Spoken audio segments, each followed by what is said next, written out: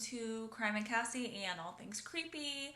I hope you're having the best day, and if you're not, I hope this makes you feel better. I mean, that's weird, but we're all here. We're all fascinated by true crime. You guys know what I mean. Today, we're going to be talking about murder amongst theater friends. By the way, for anyone watching this in video form, if I look 17 shades lighter than usual, it's only because I've stopped self-tanning for the year. So don't be concerned. My natural shade is vampire. When I was in high school, I had to be taken to the hospital by ambulance. Long story short, it was freshman year. The school was very hot. I don't know what was wrong with their air conditioning, but I would go directly from gym class to the hottest room in the school, and I passed out. Anyway, the EMTs were very concerned at how pale I was, and I was like, no, this is just my natural color, brah. Oh, also, as I came to in the classroom, the teacher was shaking me. Again, this is the beginning of freshman year. He didn't know who I was, so he was shaking me awake saying, Emily, Emily. So there's that. At least he didn't call me Casey, which is a lovely name. It's just not my name. It is hammering raining outside, so if you guys hear that, I do apologize. There's really nothing I can do about it right now. This story begins on the night of July 14th, 2013. Castmates and crew members from a community theater in Hartford, Wisconsin are gathering for a rap party. They're celebrating a successful opening weekend of Fiddler on the Roof, and they are letting loose. One of those cast members, with arguably the most to celebrate, is 19-year-old Jessie Blodgett. Jessie was cast as the lead, and that's a big deal in this small town. Jessie is home from college for the summer. She's described as having a contagious personality. She loved music, in particular the piano, and she loved to sing and was super, super talented. She was liked by pretty much everybody. She was very close with her parents. She also has a tight-knit group of friends from her high school consisting of Jessie, Kelly, Dan, Jackie, and Ian, who also happen to be a part of that community theater. So this rap party is a pool party, and as I mentioned, they're getting their party on. They're getting all cozy and flirty with each other, but some people are getting a little too cozy, you know what I mean? In particular, a couple of older men. Randy, who was a dancer in the play, and Jerry, who is the pretentious director of the play. Needless to say, Jessie is uncomfortable with these bozos and eventually leaves the party around 12:30, 1 a.m. with Kelly, and the two of them make plans to see each other the next day. Lunchtime the next day, which would have been July 15th, 2013, Jessie's mom, Joy, returns home.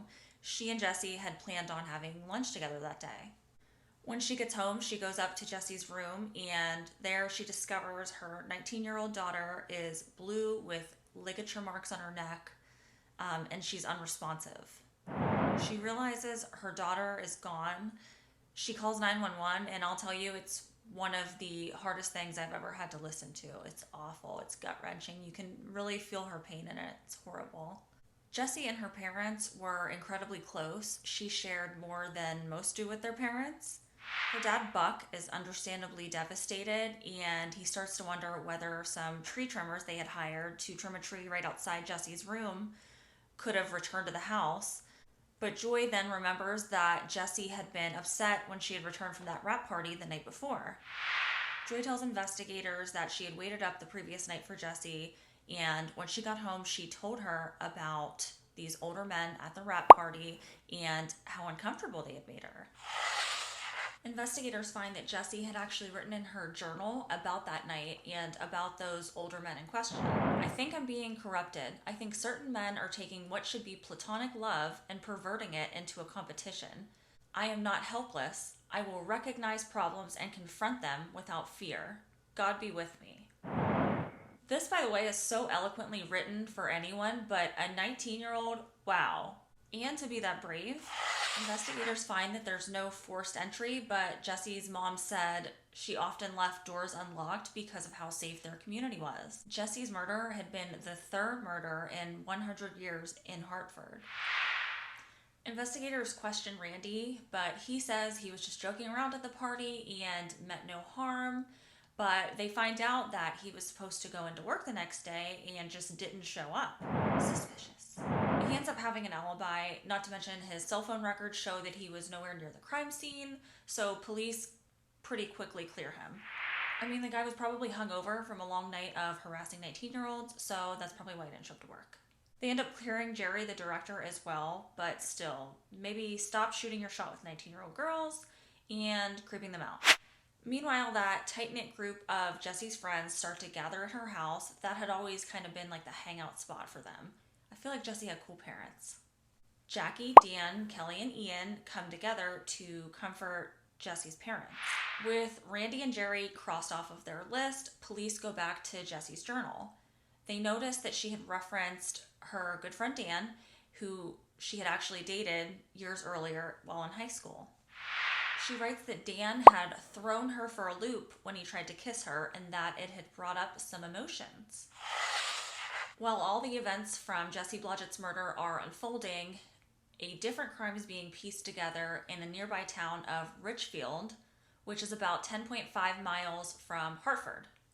July 12th, just 3 days before Jessie's murder, a woman named Melissa was walking her dog in Richfield Park, and as she made her way back to her car, she could hear someone behind her.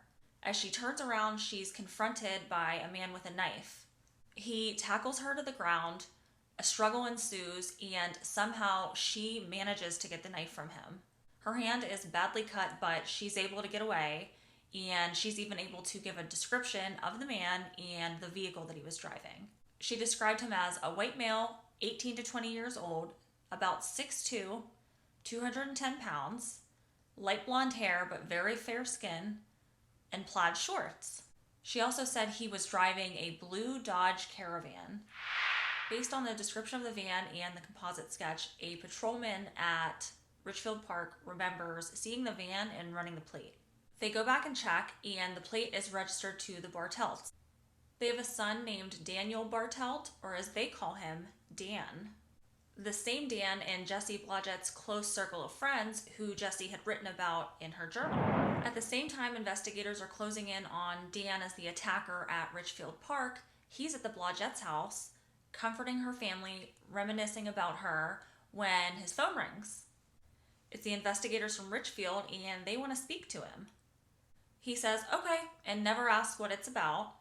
He tells everybody he just has been called down to the police station, and everyone basically reassures him, oh, it's just that they have to interview everybody in Jessie's inner circle, and that's all it is. Daniel initially denies being at the park at all, but investigators are like, we know you were there, buddy. We have multiple witnesses. Finally, Dan breaks and says, I just wanted to scare someone. When police ask him where he just came from, he explains he just came from the Blodgett's house. They're stunned to say the least, but they start to ask him questions about Jessie. He's like, yeah, we were friends, we used to date. Investigators ask, what do you think happened to her? He says, I think she was raped and murdered. The problem with that is no one knows that she had been sexually assaulted. They didn't release that information. They don't have enough to arrest him for Jessie's murder, but it's safe to say at this point he's a suspect. They do arrest him for the attack on the woman at Richfield Park. They then bring in the lead detective of Jessie's case to interview Dan. They ask about his relationship with Jessie, and Dan becomes very emotional and says, well, we had a secret relationship because I'm dating another girl. Okay, Dan. They couldn't find anything in Jessie's journal to corroborate that, and I mean, why would Jessie have written that when he tried to kiss her, threw her for a loop, if they had this ongoing current relationship, you know? Dan is being dramatic and using his theater skills to appear like he's crying, but detectives aren't seeing tears. They ask him flat out where he was when Jessie was murdered. He says, I was out at Woodlawn Park. There happens to be surveillance footage at that park, and when they review the footage, they're surprised to actually see Dan. But it's around 12:30 p.m. when Jessie was murdered at 10 a.m., so it's definitely possible that he killed her and went to Woodlawn for an alibi. Detectives have a light bulb moment, and they're like, what if he was dumb enough to dispose of evidence at Woodlawn Park? Get your hazmat suits, we're going dumpster diving.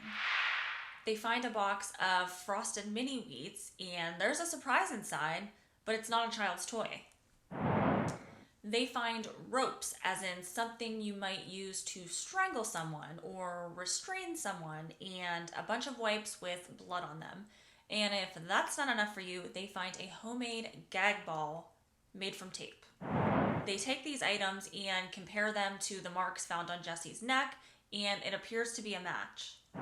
They get a search warrant for Dan's home and the van that he had been driving, and they find a book called The Interpretation of Murder by Jed Rubenfield. They also find searches on his laptop about serial killers, and who does that? Not me. What's insane is they found basically a snuff film where someone breaks in, sexually assaults a woman, strangles her, and then washes her body in a bathtub. Now, Joy indicated that Jessie had been wet when she found her. They take Dan's DNA and they compare it to the ropes found in the cereal box, but obviously that takes time. So meanwhile, they're asking Jessie's family and friends about Dan, and they're all like, no, it couldn't have been Dan. He was a straight A student, he was a good kid, he loved Jessie. But the DNA evidence comes back, and there's no doubt, only 2 profiles are on the ligatures, Jessie's and Dan's. After everything kind of sets in, Jessie's friend, Jackie, recalls an incident that Jessie had told her about only about a year before her murder. She said that she had woken up and found Dan standing there watching her. July 31st, 2013, Dan is charged with the first-degree murder of Jessie Blodgett. They surmise that after the failed attempt on attacking Melissa days earlier, and after being rejected by Jessie, he went to her house the next morning. They think that he knew the house and that Jessie would be home alone, and he just thought she was an easy target. The jury finds him guilty after only 2.5 hours of deliberation. Dan never admits to murdering Jessie, and even says in court, "This orange jumpsuit and these shackles don't make me guilty." And the judge says, "No, the evidence makes you guilty." Mic drop. Police think if he hadn't been caught, he would have gone on to be a serial killer. And thank God, because I feel like if I saw this dweeb, I would not be intimidated at all. You just never know. So keep your guard up, ladies. Fellas, too. Jessie's parents are left devastated, and like I said, that 911 call from her mom, and to hear her dad give interviews, it breaks my heart. But they managed to turn their tragedy into something positive. They started Jessie's legacy project called Love is Greater Than Hate, aiming to end violence against women and having people choose love over hate. I think that's so amazing, and I don't know, I want to give them a hug. You can find more info on Jessie's legacy project at theloveisgreaterthanhateproject.com. This was Crime and Cassie and all things creepy.